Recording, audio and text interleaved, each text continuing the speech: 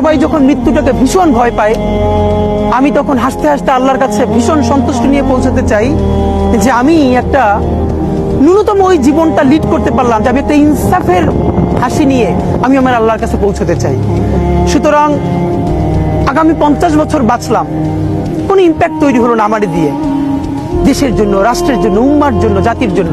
কিন্তু আমি ধরেন 5 বছর বাঁচলাম, সেটার মধ্য দিয়ে যদি আগামী 50 বছরের ইম্প্যাক্ট তৈরি হয়, তাহলে অনেকদিন বেঁচে থাকায় কি সাফল্যের বলেন?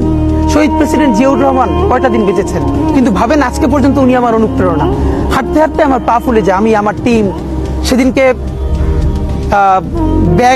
ব্যাগের মধ্যে জুতো নিয়ে তারপরে একটা শপিং মলে ঘুরছিলাম, মানে পা ফুলে গেছে, পা জুতোয় ঢুকাতে পারছিলাম না। তো জিয়াউর রহমানের একটা ওনার গল্প মনে পড়ছিল, যিনি মাইলকে মাইল যখন হাঁটতেন ওনার সাথে স্টাফদের পা ফুলে যেত, কিন্তু ওনার তো আর্মি ট্রেনিং আছে। তখন তাকে বলতো, স্যার আপনার তো আর্মি ট্রেনিং, আমরা তো আর পারি না। এই জন্য ওনাকে মানুষ রাখাল রাজা বলতো।